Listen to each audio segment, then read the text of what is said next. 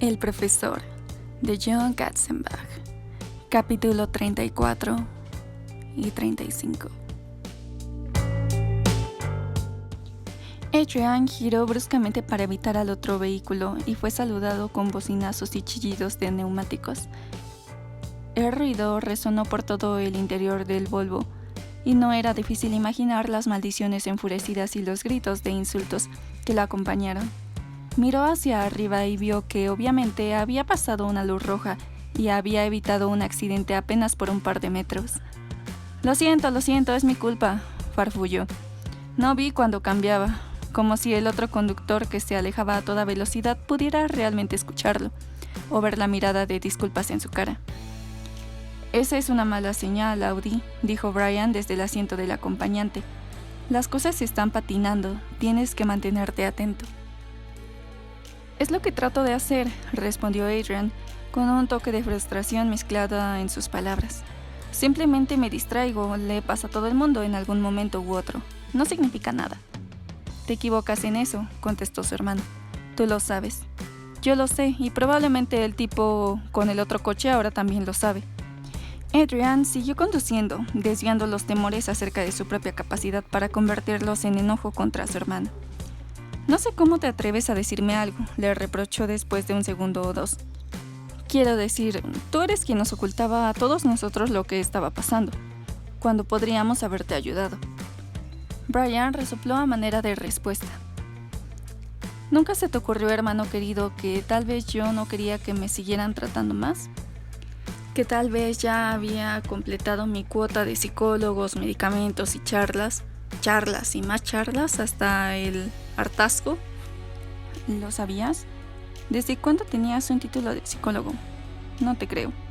El sarcasmo en sus palabras alivió un poco la ansiedad de Adrian.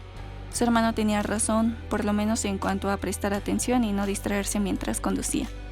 En cuanto a si tenía razón o no en eso de matarse, Adrian estaba menos seguro. Creo que lo que hiciste fue una cobardía, añadió Adrian con un desagradable tono de presunción en su voz. Lo único que hiciste fue dejar un lío y yo tuve que tratar de ordenar. Lo que Adrian quería decir era que Brian, al igual que Cassie y Tommy, lo habían dejado solo con nada más que preguntas. Cada pregunta era un misterio en sí misma, pero no podía llegar a decir que por miedo iba a estar exigiendo demasiado de su hermano muerto. Brian se mantuvo callado por un momento. La brillante luz del sol del mediodía se reflejó en la ventanilla del automóvil y luego se desvaneció. Estaban a solo unas calles de la casa de Mark Wolf y Adrian consideró que ya debía estar pensando en lo que iba a decir. Se dijo que un detective de verdad ya estaría tratando de anticipar la razón por la que Wolf le pidiera que fuera a su casa. Su hermano se entrometió, volviendo a hablar en voz baja de su propia muerte. Lo que yo sabía, Audi, era que había dejado atrás una parte realmente importante de mí, dejada de algún lugar donde nunca podría recuperarla, por más que lo intentara. Estaba tratando de llenar un agujero que nunca iba a llenarse. Hacía que todo en mi vida pareciera un encubrimiento. A veces eso era lo que la guerra le hace a uno. No a todos, supongo, pero a mí, bien, fue así. Pero eso no es verdad, pensó Adrian. Ahora entendemos mucho mejor lo que es el trastorno de estrés postraumático. Podría mostrarte los estudios hechos y también podría contarte los casos exitosos. Solo porque una vez uno pase por dificultades, eso no quiere decir que uno esté condenado para siempre. La gente sobrevive. La gente lo supera, la gente vuelve a florecer. Pero no dijo nada de eso porque se daba cuenta de que el momento de haberlo dicho era cuando Brian estaba con vida, no en ese momento. Pasó de un mundo de muertos a un mundo de leyes, quedó atrapado entre lo racional y lo irracional, y se pasó todo el tiempo tratando de distinguir entre uno y otro. Simplemente no pudo hacerlo. Brian suspiró antes de continuar. Como ves, hermano mío, allí estaba yo, que era apenas un poco más que un niño, y ya era experto en matar y morir. Y ya sabía, maldita sea, ya sabía que eso iba a estar dentro de mí para siempre, sin importar lo que hiciera el resto de mis días. Eso nunca me iba a abandonar. La voz de Brian estaba llena de una suavidad que Adrian apenas reconoció. Su hermano siempre fue de los que peleaban con fuerza y ferocidad en favor de clientes y de causas, de modo que escuchar su voz tan quebrada por derrota era algo extraño, imposible. Adrian miró hacia el costado y ahogó un grito. La cara de Brian estaba surcada de sangre y la pechera de su camisa blanca estaba manchada con un profundo color carmesí. Su pelo estaba enredado y apelmazado. Adrian no podía ver el agujero en un costado de su cabeza que había hecho la bala, pero sabía que estaba ahí, solo que fuera de su vista. ¿Sabes lo que me sorprendía, Audie? Tú siempre eras ese tipo académico e intelectual, poesía y estudios científicos, pero yo no tenía ni idea de lo fuerte que eras, continuó Brian con un tono de voz neutro y periodístico. Yo no podía haber sobrevivido al hecho de que Tommy muriera allá en Irak. No podría haber continuado después de que casi chocara contra aquel árbol. Yo era egoísta, vivía solo. Solo tenía clientes y causas. No permitía que entrara gente en mi vida. Eso lo hacía todo mundo más fácil para mí, porque no tenía que preocuparme por los que amaba. Adrian volvió sus ojos otra vez al camino. Verificó 2 veces para asegurarse de estar dentro del límite de la velocidad. La casa de Wolf estaba allí, informó Brian. Señalaba hacia adelante y tenía el dedo ensangrentado. ¿Te quedarás conmigo?, quiso saber Adrian. Su pregunta osciló entre ellos. Si me necesitas, allí estaré, respondió Brian. Algo del viejo Brian, del Brian seguro de sí, directo, fuerte, reapareció. Adrian vio que su hermano empezaba a sacudirse la pechera de su camisa, como si las manchas de sangre fueran migas de pan. Mira, Audie, tú puedes manejar a ese tipo. Solo ten en mente que todo detective debe saber. Siempre hay algo que une todo. Hay algo por allí que te dirá por dónde buscar a Jennifer. Tal vez ya está ahí y está por aparecer pronto. Solo tienes que estar listo para descubrirlo. Cuando pase como un rayo, exactamente como ese automóvil en el semáforo, tienes que estar listo para entrar en acción. Adrian asintió con la cabeza. Detuvo el coche a un lado de la calle y miró hacia la casa de Mark Wolf. Mantente cerca, dijo, esperando que su hermano muerto pensara que esa era una orden, cuando en realidad era un ruego. Siempre estaré tan cerca como tú quieras, respondió Brian. Adrian vio que Wolf estaba de pie en la entrada, observándolo. El delincuente sexual saludó con la mano en dirección a él, como cualquier buen vecino en una mañana de fin de semana.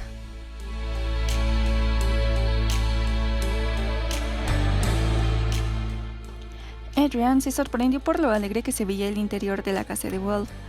Las cosas estaban limpias y prolijamente ordenadas. La luz del sol entraba por las persianas abiertas. Había olor a primavera en la casa, probablemente impuesto por una generosa ración de aromatizador enlatado. Wolf hizo un gesto hacia la sala, que ahora ya le resultaba conocido. Cuando Adrian avanzó, la madre de Wolf salió de la cocina.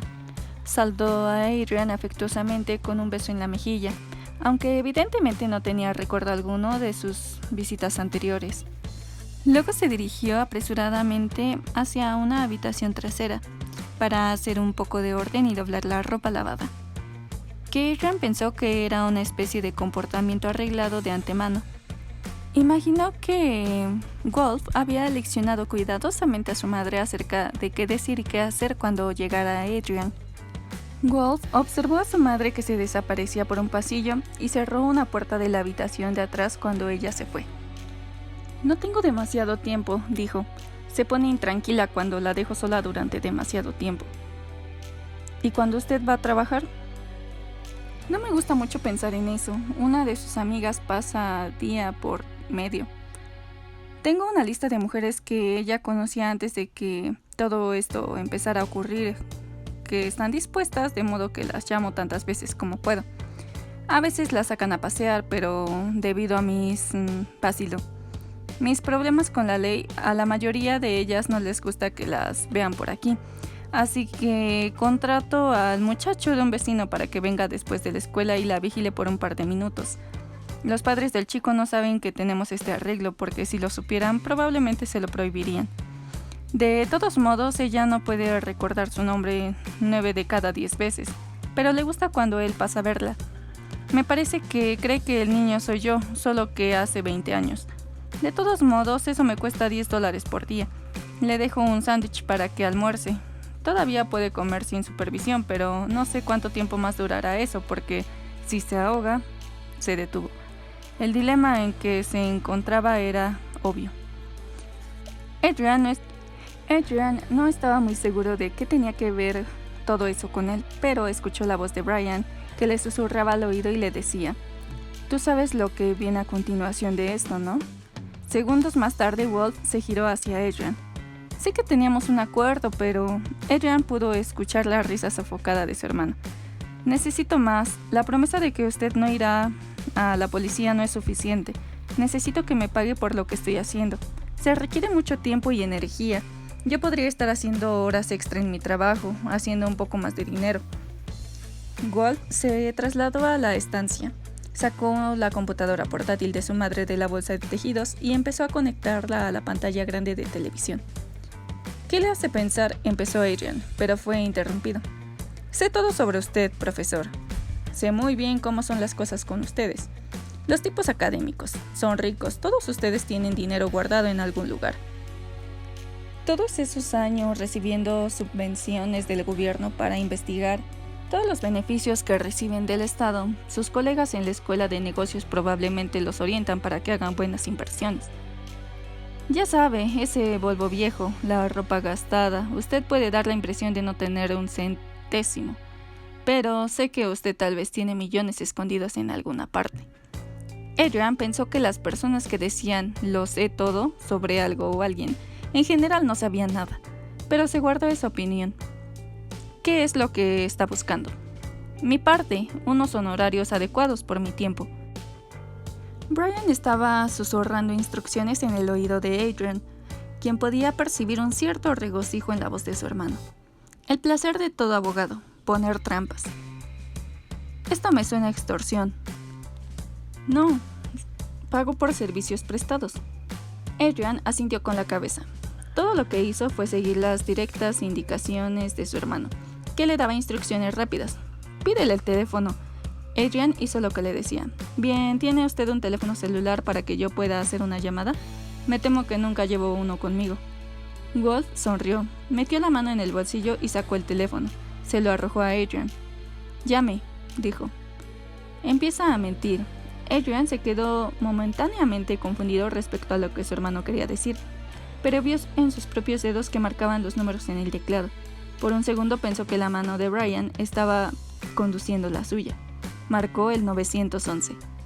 «Ya sabes por quién tienes que preguntar», dijo Brian con energía. «La detective Collins, por favor». Wolf asintió con la cabeza. «Tal vez la he encontrado», habló rápidamente, casi nervioso. «Pero si contesta esta llamada, tal vez no la encontraré». Adrian vaciló. Escuchó un «¿Hola?» distante. Y de inmediato cerró el teléfono. «Eso va a dificultar las cosas», dijo Brian en voz baja. «Presta atención. Ya he hecho esto antes. Primer paso, haz que sea más específico». «Bien, señor Wolf. ¿Cuál de las dos es? ¿La ha encontrado o no?». Wolf sacudió la cabeza. «No es tan simple». «Sí lo es». «Bien», aprobó Brian. «¿La encontró?», insistió Adrian. «Sé dónde buscar». «Eso no es lo mismo». «Así es», replicó Wolf, «pero está cerca». «Está bien, Audi, sigue así, estás controlando la situación». «¿Tiene alguna propuesta?», preguntó abruptamente Adrian. «Solo quiero ser justo». «Esa es una declaración, no una propuesta». «Profesor, los dos sabemos de qué estoy hablando aquí». «Bien, señor Wolf, entonces, ¿por qué no me explica lo que usted piensa que es justo?». Wolf vaciló. Estaba sonriendo. Tenía una expresión de lo que parecía la vieja versión de Disney del gato de Cheshire, que se desvanecía de la nada, dejando solamente su enorme e inquietante sonrisa llena de dientes en la pantalla del cine. Adrian recordó haber visto Alicia en el País de las Maravillas con Tommy, y luego recordó haber pasado unas cuantas horas tratando de explicarle a su hijo pequeño que la probabilidad de que él cayera en el agujero de la cueva de un conejo hacia un mundo donde una reina roja quisiera cortar las cabezas de gente antes de los juicios era muy pequeña. Cuando su hijo era chico lo asustaba la fantasía, no la realidad. Podía mirar un programa sobre ataques de tiburones en California o sobre leones hambrientos en el Serengeti y estaba fascinado.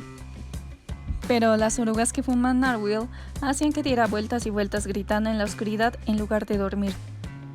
Audie, no dejes que tu mente se disperse. Brian era insistente, alerta. Sabe, profesor, no estoy exactamente seguro. ¿Cuánto cree usted que vale mi tiempo? Pues bien, usted mismo puso el precio. Tiempo doble en el negocio donde trabaja. Pero este es un trabajo especializado, muy especializado. Eso requiere, vaciló, algo más de lo habitual. Señor Wolf, si usted va a tratar de sacarme algún dinero, por favor sea preciso. Bien, alentó Brian. Eso lo va a descolocar. Adrian consideró que su hermano muerto sabía mucho más sobre psicología criminal de lo que él alguna vez sospechó que podría saber. Bueno, continuó Wolf. ¿Cuánto vale para usted? El éxito es invalorable, señor Wolf. No tiene precio. Pero por otro lado, no estoy dispuesto a pagar por el fracaso. Póngale un precio, sugirió Wolf. Quiero saber hasta dónde debo esforzarme. Usted simplemente va a cambiar cualquier número que yo proponga en algún momento más adelante. Si yo digo 1,000, 10,000 o 1,000,000, usted siempre va a duplicarlo o triplicarlo cuando tenga algo para mí, ¿no es así? Wolf volteó por un momento. Adrian sabía que había marcado un tanto. No podía creer que lo estaba negociando fríamente acerca de la desaparición de Jennifer. Lo sorprendía. Le diré una cosa, señor Wolf. Pondremos una recompensa. Esto es como los viejos afiches de Se busca, vivo o muerto, de las películas de vaqueros. Digamos $20,000. Esa es una suma importante si usted consigue información que conduzca a encontrarla y regresarla a su casa. Si eso es así, entonces yo le pagaré $20,000. Ayude a salvar a Jennifer y hará un montón de dinero. No consigue nada y usted no recibirá nada. Ese es su incentivo financiero. No creo que si yo fuera usted, llevaría sus patéticos esfuerzos de extorsión a la familia de ella o alguien más. Porque la policía sería menos comprensiva que yo, y usted acabaría en prisión. Pero yo soy un poco diferente, estoy un poco loco. Adrian sonrió como podría hacerlo un villano de película. Así que le permitiré que me saque un poco de dinero. ¿Cómo puedo confiar en usted?, quiso saber Wolf. Adrian dejó escapar una risa áspera. Puso toda su fuerza estentórea y académica en sus palabras de modo que sonó como un conferencista pomposo en un estrado. Es por supuesto una pregunta que yo me hago. Wolf parecía consternado. Usted no es muy bueno en esto, ¿no, señor Wolf? ¿Bueno en qué? Cuando se trata de computadoras y de navegar en la web, soy un maldito experto. No, me refería a ser un delincuente. Wolf sacudió la cabeza y regresó a su computadora. No soy un delincuente, nunca lo he sido. Podemos debatir eso en alguna otra ocasión. No es un delito, profesor. Lo que me gusta es solo... Se detuvo. Pero si fue porque se dio cuenta de lo estúpido que parecía o no, Adrian no podía saberlo. Muy bien, profesor, mientras nos entendamos entre nosotros, $20,000. Adrian esperaba alguna amenaza adicional como, si usted no me paga, yo le... Pero no estaba muy seguro de lo que cualquiera de ellos podría llegar a ser. Wolf quería el dinero, pero sabía que Adrian podría retirarse en cualquier momento.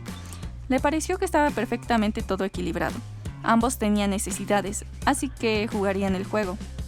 No tenía idea ni siquiera de si tenía $20,000 depositados en alguna cuenta bancaria, ni de si le pagaría algo a Wolf. Lo dudaba. Pudo sentir la mano de Brian sobre el hombro y escuchó la voz de su hermano. Él lo sabe también, Audie, no es estúpido, así que eso quiere decir que va a hacer otra jugada. Tienes que estar listo para cuando él la haga. Wolf no se dio cuenta de la lenta inclinación de cabeza de Adrian. No soy una mala persona, dijo Wolf, a pesar de lo que esos policías digan. Adrian no respondió. Deseaba que Brian le suministrara rápidamente alguna réplica ingeniosa, pero el otro se mantuvo en silencio. Adrian se preguntó si Brian estaba tan sorprendido como él por el comportamiento del delincuente sexual. «Yo no soy el villano aquí», continuó Wolf. Casi repitiéndose, estaba hablando en voz baja, como si no le importara realmente lo que Adrian pensara. «Nunca dije que lo fuera», replicó Adrian. Esa era una mentira, y se sintió como un tonto por decir tal cosa en voz alta. Las teclas de la computadora sonaban, como el redoble de un tambor que conducía a una sinfonía. ¿Es ella?, preguntó Wolf sorpresivamente.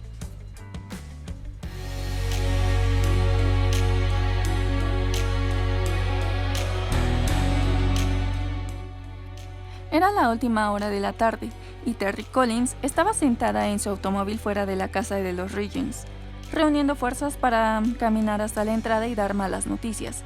Sobre el tronco de un árbol cercano, alguien, supuso que fue Scott, había clavado con grapas un volante casero con la imagen de Jennifer y la palabra desaparecida, en letras grandes y destacadas.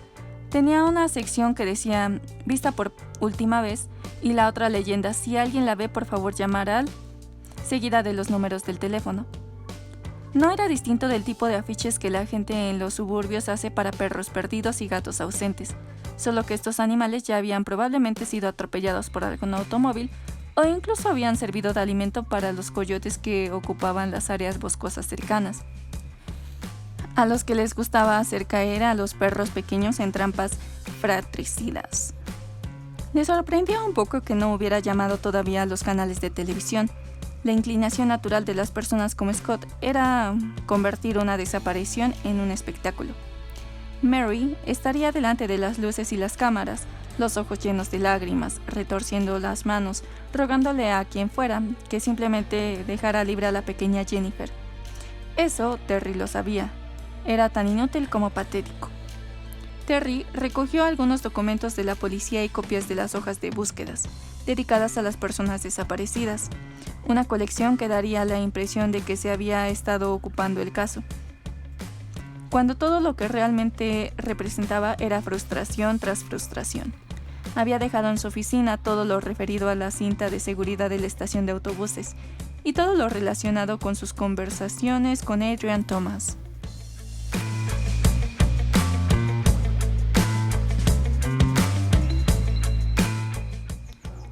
Exhaló despacio y volvió a mirar hacia la casa de los Regents. Se preguntaba qué haría ella si uno de sus hijos llegaba a desaparecer.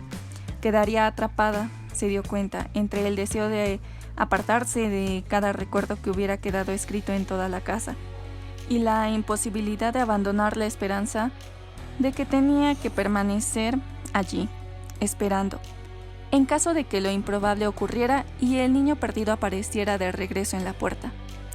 Imposible decidir, pensó. Tanto dolor e incertidumbre. Deseó ser mejor en lo que tenía que hacer. Cuando bajó de su automóvil y caminó por la vereda hacia la casa de los Regents, le sorprendió el aislamiento.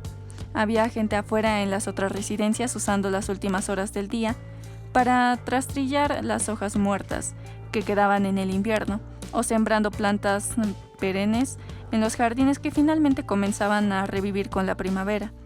Podía escuchar los ruidos de máquinas eléctricas y cortadoras de pasto, mientras la gente ponía en marcha los inevitables proyectos suburbanos que habían sido propuestos durante los oscuros y breves días que acababan de pasar. La casa de los Regents, en contraste, no daba ninguna señal de actividad, ningún ruido, ningún movimiento. Parecía una casa que había sido azotada por los vientos fuertes y lastimada por las garras del invierno. Golpeó y escuchó pasos antes de que la puerta se abriera. Allí apareció Mary Regents. Nada de saludos, nada de cortesías. «Detective», empezó, ¿alguna noticia? Pudo ver a la vez esperanza y horror en los ojos de Mary Regents. Terry miró detrás de ella. Scott West estaba ante una computadora. Dejó de hacer lo que estaba haciendo para mirar a la detective. No, respondió Terry. Me temo que no, solo quería ponerla al día acerca de lo que hemos hecho. Y luego preguntó, ¿usted no ha recibido nada, algún contacto, algo que podría...? Se detuvo cuando vio el vacío en la cara de Mary Riggins. La hizo pasar a la estancia donde Scott West le mostró una página de Facebook y un sitio web con su nombre que había abierto para recibir información sobre Jennifer. Hasta ese momento, ninguno de los sitios había producido demasiado. Pero Terry diligentemente recogió todas las propuestas de ambos sitios. Sabía que Facebook iba a cooperar con cualquier investigación de la policía y también sabía que podía seguir cualquiera de las conexiones del sitio web si parecía prometedora. El problema era que la mayoría de las respuestas eran de tipo rezamos por su alma, Jesús sabe que no hay niños perdidos, solo niños a los que él ha llamado. O me encantaría que se hubiera perdido por toda mi cara. Esas réplicas vagamente obscenas eran totalmente predecibles, tan predecibles como las respuestas religiosas. También había algunos mensajes de tipo sé exactamente dónde está, pero todos estos parecían querer dinero para dar más explicaciones. Terry hizo un recordatorio mental de pasar al FBI cualquier cosa que oliera remotamente a extorsión. Observó todo el material y se dio cuenta de que podía dedicar su vida entera a rastrear cada respuesta. Ese era el problema de abrir esas puertas, desde el punto de vista de un detective. Si hubiera alguien por ahí que en realidad supiera algo, sería difícil distinguirlo de los locos y los pervertidos que eran atraídos con tanta facilidad por las desgracias ajenas. Al mundo le gusta redoblar la tragedia, pensó Terry. Parecía que con el primer golpe no es suficiente. Hay que añadir punzadas e insultos a la herida. Se preguntaba si esta era una característica única de Internet.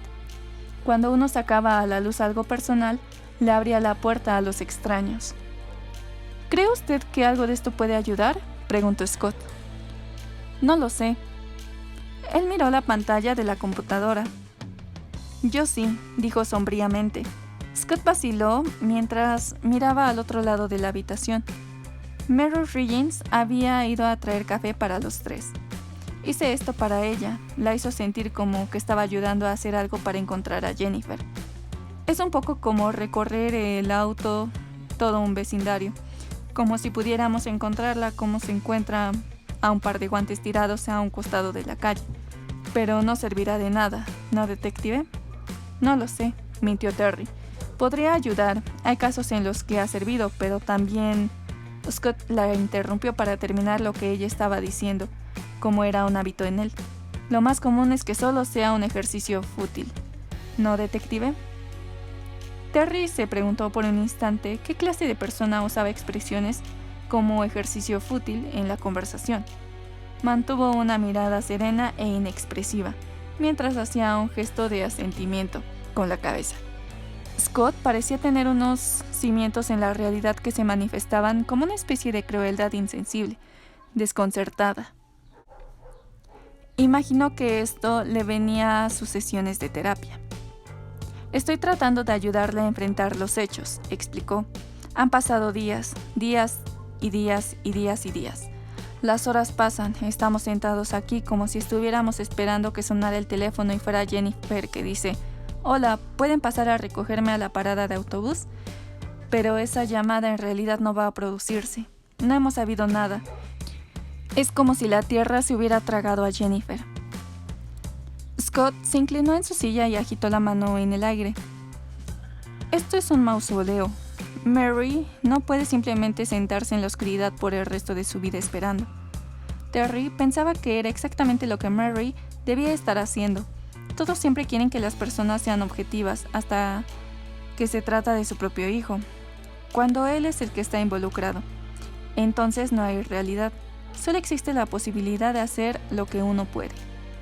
Y esto nunca terminará, se dio cuenta.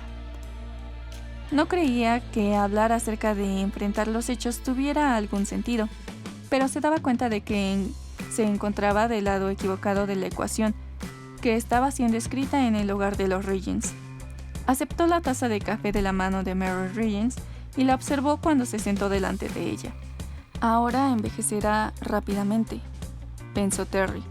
Cada palabra que yo pronuncie solo añadirá más años a su corazón. Tendrá 40 años cuando yo empiece y 100 cuando termine. Ojalá tuviera yo buenas noticias, comenzó en voz baja.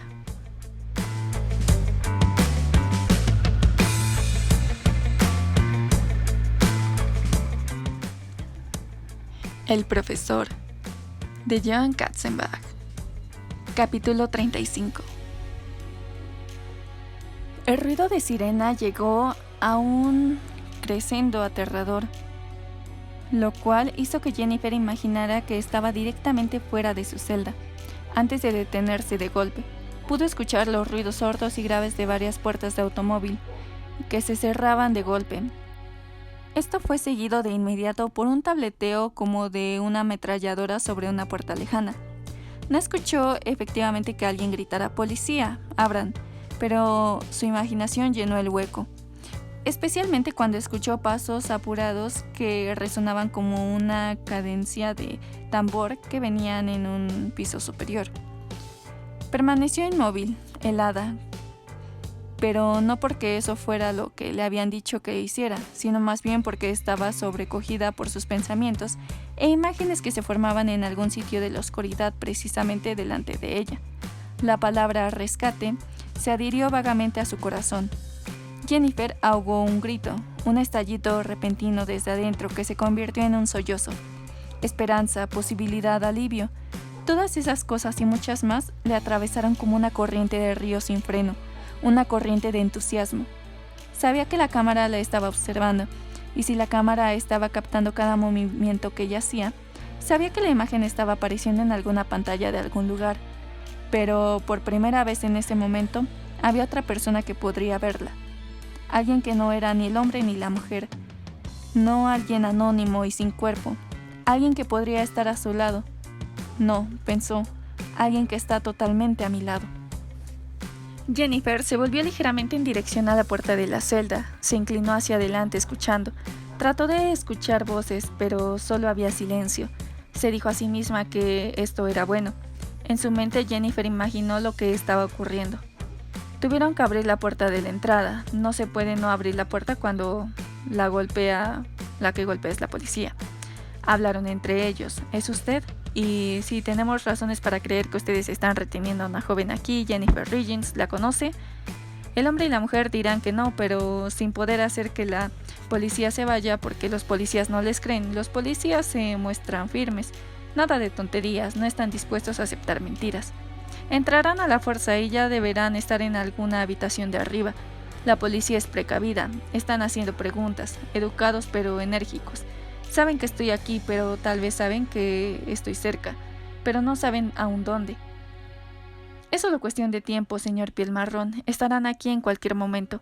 El hombre está tratando de dar excusas. La mujer está tratando de persuadir a la policía de que no hay nada malo, pero la policía no se traga eso. El hombre y la mujer, ahora son ellos los que tienen miedo. Saben que todo ha terminado para ellos. Los policías sacan sus armas. El hombre y la mujer tratan de correr, pero son rodeados. No tienen a dónde escapar. En un momento ya mismo los policías sacan las esposas. Lo he visto en 100 películas y en 100 series de televisión. Los policías obligan al hombre y a la mujer a echarse al suelo y los esposan. Tal vez la mujer empezará a llorar y el hombre dirá palabrotas, mierda, mierda. Pero a los policías no les importa, para nada. Han escuchado esas cosas antes 1.000.000 de veces. Uno de ellos estará diciendo, tiene derecho a guardar silencio, mientras los otros empiezan a separarse para buscarnos. Señor Piel Marrón, presta atención. Los escucharemos en cualquier momento ahora. La puerta va a abrirse y alguien dirá, ¡Jesucristo! O algo así y luego nos ayudarán. Cortarán la cadena de mi cuello. ¿Estás bien? ¿Estás lastimada? Romperán la venda. Alguien gritará, necesitamos una ambulancia. Y otro nos estará hablando, tranquila, ahora puedes moverte. Cuéntanos qué te hicieron. Y les contaré todo, Piel Marrón. Les diré todo. Tú puedes ayudarme. Y luego, antes de que nos demos cuenta, me ayudarán a vestirme. Y el sitio estará lleno de paramédicos y otros policías. Y yo estaré en medio de todo. Alguien me dará un teléfono celular y mamá estará allí. Estará llorando porque está muy feliz y tal vez Me perdona un poquito porque de verdad quiero ir a mi casa, señor Piel Marrón, solo quiero ir a mi casa. Tal vez gracias a todo esto podamos empezar de nuevo, sin Scott. Tal vez una nueva escuela con nuevos niños no sea tan malos y todo será diferente a partir de ahora. Será como cuando papá todavía estaba vivo, solo que él no estará ahí, pero podré sentirlo otra vez.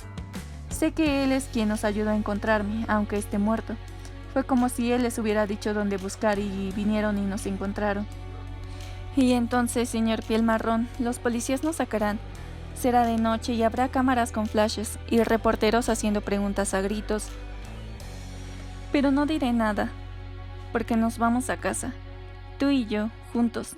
Nos pondrán en la parte de atrás de un patrullero y la sirena comenzará a sonar y algún agente de tránsito dirá: «Eres una niña con suerte, Jennifer. Llegamos justo a tiempo. Entonces, ¿estás lista para irte a tu casa ahora?» Y yo responderé: «Sí, por favor». Y en 1 o 2 semanas tal vez alguien de 60 Minutos o de la CNN llamará por teléfono y dirá que van a pagarme $1 millón solo por escuchar la historia de Jennifer. Y entonces, señor Piel Marrón, les contaremos cómo fue todo. Seremos famosos y ricos y todo será diferente a partir de ahora. En cualquier momento llegará.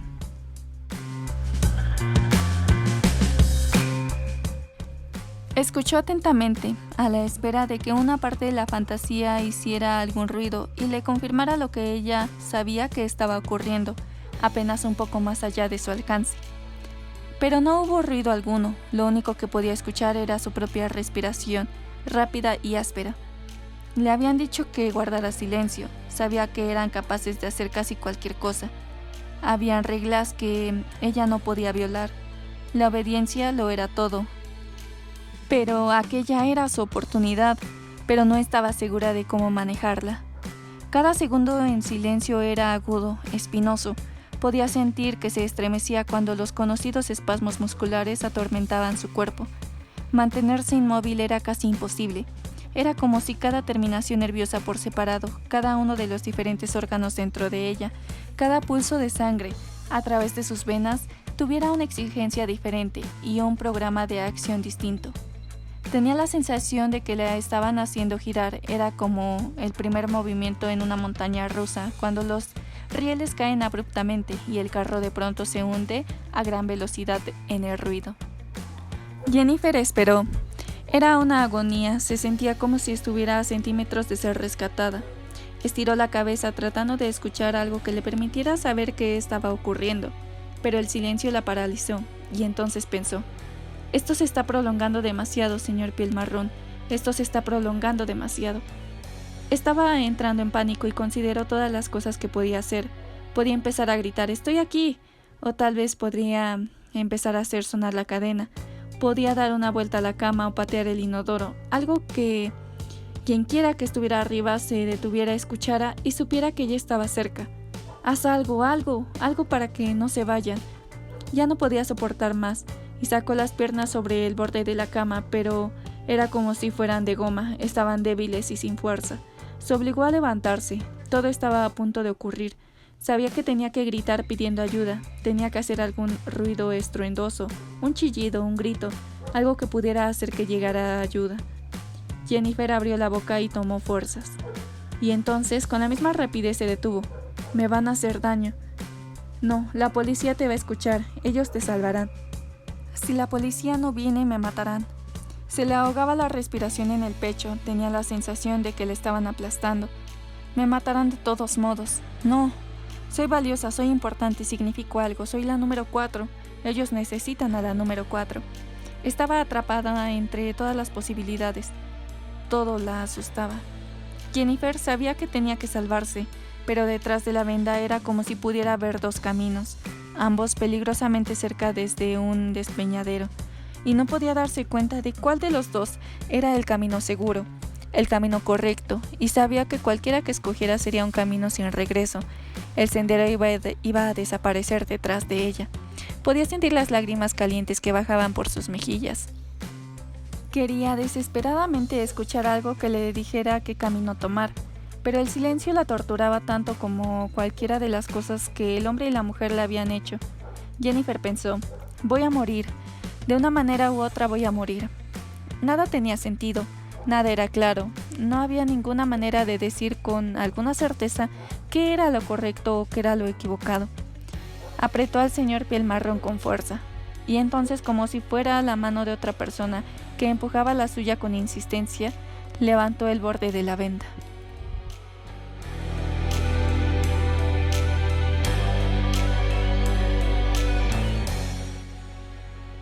«¡No lo hagas!», gritó el cineasta. «Sí, sí, hazlo», gritó su esposa, la bailarina. Ambos estaban como pegados delante de la pantalla plana de televisión, instalada sobre la pared de ladrillo, a la vista de un loft de Soho. El cineasta era un hombre delgado y enjuto, pero fibroso, de casi 40 años, que vivía muy bien después de especializarse en hacer documentales sobre la pobreza en el tercer mundo, financiado por varias ONG. Él y su esposa habían sido casados recientemente por un amigo gay que, frustrado, había dejado los hábitos sacerdotales y quien probablemente no tenía ningún derecho legal para realizar la ceremonia. Ella era igualmente delgada, con una melena como la de Medusa que caía como cascada de rulos negros. Era una artista que aparecía con frecuencia en clubs nocturnos y en pequeños escenarios, no del tipo de los que aparecen en las listas de New York Magazine, lo cual le daba una dudosa credibilidad, aunque ella, secretamente, habría preferido ser parte de la corriente principal, donde había más dinero y mayor notoriedad. «Tiene que luchar para liberarse», exclamó la esposa entusiasmada. Su marido sacudió la cabeza. «Tiene que ser más lista que ellos. Es como enfrentar a un hombre con un arma», empezó a decir, pero fue rápidamente interrumpido. «Es solo una niña, más lista que ellos, ni pensarlo». Esa era la segunda suscripción de whatsconnext.com de la pareja. Consideraron que el dinero que pagaban para unirse a la red era parte de su trabajo y por lo tanto se podría deducir de los impuestos. Película de vanguardia, nuevo estilo de actuación. A menudo, después de mirar a la número 4, mantenían sesudas y profundas conversaciones sobre lo que habían visto y su relación con el arte contemporáneo. Ambos consideraban que whatcomenext.com era como una extensión del mundo de Warhol o The Factory, de los que todos se habían burlado hacía décadas, pero que en ese momento habían crecido en la opinión de los críticos y los pensadores a los que ellos seguían. La número 4 los fascinaba a ambos, pero colocaban su interés en una esfera intelectual, sin querer reconocer la naturaleza delictiva y voyeurista de su participación. Ocultaban a sus amigos aquella suscripción, aunque los dos, en algunas de las cenas en las que la conversación giraba en torno a las técnicas de cine y crecimiento de Internet como lugar de cine y arte que se encontraban, se habían sentido tentados a manifestar el atractivo que ejercía sobre ellos la número 4 y lo que significaba para ellos, pero no lo hacían, aunque ambos creían que muchas de las personas en estas cenas probablemente también estaban suscritas. Fue así, después de todo, como se enteraron de la existencia del sitio web. Pero a medida que miraban a la número 4 a lo largo de los días y de las noches de su cautiverio, cada uno había ido estableciendo una relación diferente con ella. El cineasta había sido protector en sus respuestas, preocupado por lo que pudiera ocurrirle, cauteloso sin querer que ella hiciera algo que pudiera ponerla en peligro o perturbara innecesariamente el equilibrio. Su esposa, en cambio, quería que la número 4 llevara las cosas al límite. Quería que la número 4 corriera toda clase de riesgos. Quería que la número 4 se plantara ante el hombre y la mujer para defenderse. Ella quería una rebelión, mientras él hablaba de ser cuidadosa y obediente. Ambos creían que lo que le gritaban a la pantalla día y noche era la única manera posible de que la número 4 sobreviviera. Habían discutido frecuentemente sobre esto, lo cual los llevaba a hundirse cada vez más en la narrativa que rodeaba la número 4. Ambos querían que su enfoque fuera justificado. La esposa habría celebrado a gritos como un éxito cuando la número 4 espió por primera vez por debajo de la venda. El cineasta habría saltado con los puños apretados eufóricamente cuando la número 4 había permanecido inmóvil a pesar de las amenazas del hombre. El cineasta decía: «Esa es realmente la única manera en que ella puede controlar algo. Tiene que ser un misterio». La bailarina respondía: tiene que crear su propia historia, tiene que hacerse cargo de cada pequeña cosa que pueda. Esa es la única manera de que ella puede recordar quién es y asegurarse de que el hombre y la mujer la vean como la persona y no como una cosa. Eso nunca ocurrirá, replicaba el marido. Esta, como todas las otras cosas conversacionales, parecía ser el principio de una discusión, pero simplemente terminaba en el acariciado de la pierna de su esposa, con ella acurrucada junto a él. La fascinación como un juego erótico preliminar. En ese momento, en su loft, luego de una elegante cena con una cautelosa botella de vino blanco, miraban medio desnudos, atrapados por el drama, unos momentos antes de irse a la cama. «Esta es oportunidad, maldita sea», dijo la esposa casi gritando. «Aprovecha el momento número 4, apodérate de él». «Mira, estás equivocada, simplemente muy equivocada», replicó el cineasta con el volumen de su propia voz que aumentaba mientras miraba la pantalla. «Si no nos obedece, podría quedar expuesta a casi cualquier cosa. Entrarán en pánico. Podrían...» Se detuvo. Su esposa estaba señalando una esquina de la pantalla. La número 4 había levantado ambas manos hacia el collar en su cuello. Este movimiento había atraído su atención. Abruptamente, el ángulo de la pantalla cambió a una vista desde arriba, ligeramente detrás de la número 4, y se mantuvo en esa posición. El cineasta observó este cambio. Supo inmediatamente qué significaba y se inclinó ansioso hacia adelante, pero la bailarina estaba señalando otra cosa.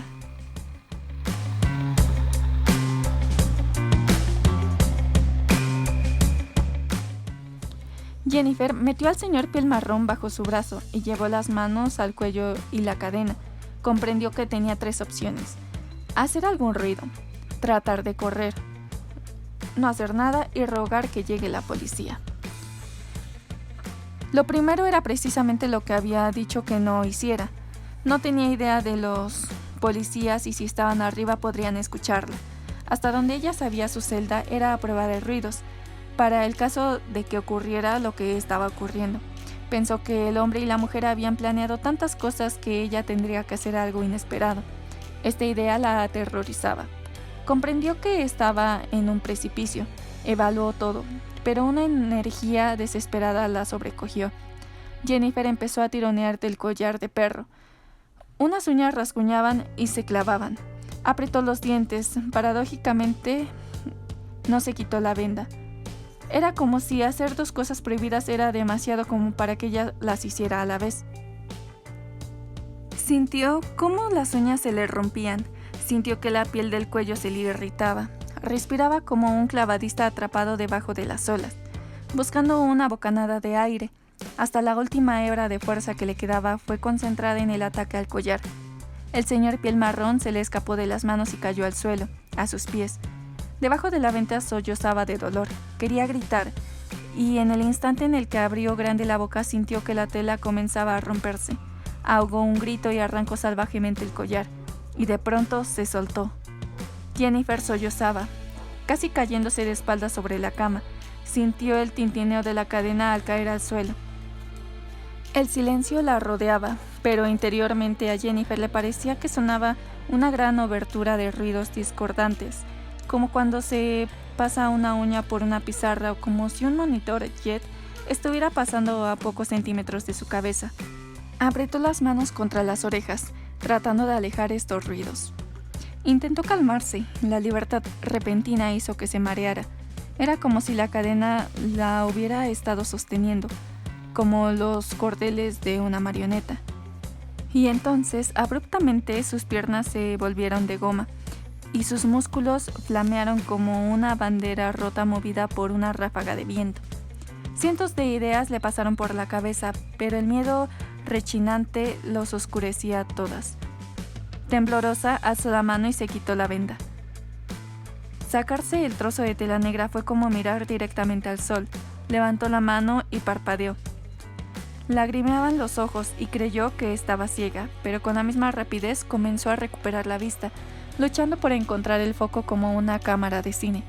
Lo primero que hizo fue quedarse congelada en esa posición. Miró directamente a la cámara principal a poca distancia de ella. Quería hacerla añicos, pero no lo hizo. En cambio, bajó la mano en silencio y recogió a su oso de peluche.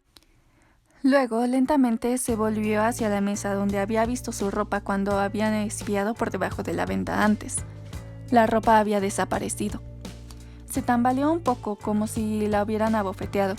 Una ola de terror y náusea amenazaba con dominarla y tragó con fuerza. Había contado con lo que tendría su ropa, como si ponerse los jeans y un buzo gastado fuera de como dar un paso de regreso a su vida anterior, mientras que, estando allí de pie en la celda, casi desnuda, simplemente fuera una continuación de la vida a la que había sido arrojada. Trató de darle sentido a esta división, pero no pudo. En cambio, giró la cabeza de izquierda a derecha buscando, esperando que simplemente la hubieran cambiado de lugar, pero la habitación estaba vacía, salvo por la cámara. La cámara, la cadena abandonada y el inodoro portátil. Había una parte de ella que quería tranquilizarse. Está bien, puedes correr tal como estás. Pero si esta idea entró en su imaginación, fue a escondidas. Dio un paso adelante. Jennifer se repetía a sí misma, sal de aquí, sin pensar qué haría después. Lo único que tenía era la vaga idea de liberarse de algún modo y llamar a gritos a los policías arriba. Interiormente su fantasía cambiaba con cada pequeña cosa que ocurría. En ese momento ella tenía que encontrarlos a ellos, no al revés. Respiró hondo y caminó por el suelo de la celda, los pies descalzos golpeando contra el cemento. Pasó junto a la cámara y estiró la mano hacia la puerta. Que no esté con llave. Su mano apretó la cerradura, giró. Pensó, oh Dios mío, señor Pelmarrón, somos libres.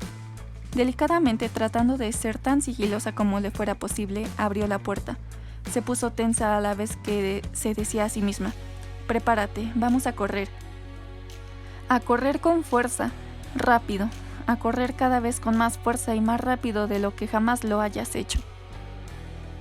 Tuvo tiempo para respirar una sola vez, una sola visión del lugar donde estaba. Vio un viejo sótano oscuro y sombrío lleno de olor a humedad. Una ventana con marco de madera llena de cielo nocturno, cubierta de telarañas y escombros cubiertos de polvo. Una luz más brillante que cualquier luz que alguna vez hubiera conocido. Estalló en sus ojos, cegándola como un instante. Ahogó un grito, abrazada de su oso, tratando de bloquear la explosión. Era como un fuego que avanzaba hacia ella. De pronto, todo se volvió completamente negro como una capucha, exactamente como la capucha que la cubrió desde el momento de su cautiverio, que le ponían en la cabeza eliminando toda la luz. Escuchó la voz severa de la mujer. Malas decisiones, número 4. Por un segundo luchó desenfrenadamente, pero luego fue arrojada al suelo y sujetada con algo metálico que le infringía mucho dolor. Cualquier terror que hubiera conocido los días anteriores se unió a un horrible y único segundo que pareció dispararse como un gran agujero oscuro. Después cayó pesadamente, dominada por la impotencia.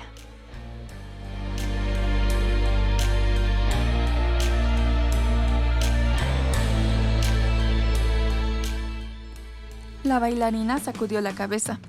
«Maldición», exclamó instantáneamente triste, pero todavía fascinada. «Maldición», suspiró el marido cineasta. «Te lo dije», susurró en voz muy baja mientras observaban que la número 4 luchaba impotente. «Esto está muy mal», dijo su esposa. Pero no apagó la transmisión de la web. En cambio, tomó la mano de su marido y se estremeció mientras se acomodaban otra vez en el sillón, totalmente incapaces de apartarse de la pantalla. Siguieron mirando.